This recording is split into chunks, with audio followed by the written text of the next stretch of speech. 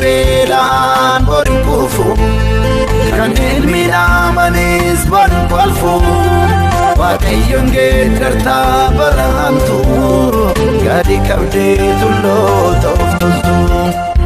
aduu birmaadummaa finiinsite gurmuchuun gorfamaa sililchifte odol jedhu warri boqum jabee Gooftaas miti namaa kan nu sobee warra beelaan borin kufu kan ilmi naamanis borin kolfu Waaqayyoon geeddartaa barahamtu gadi qabdee tulloota of toltu aduu birmaadummaa finiinsite gurmuchuun gorfamaa sililchifte odol jedhu warri boqum jabee Gooftaas miti namaa kan nu sobee warra beelaan borin kufu kan ilmi naamanis borin kolfu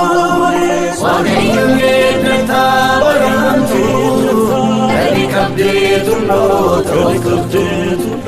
aduu birmaadummaa finiinsite gurmuchuun gorfamaa sililchifte odol jedhu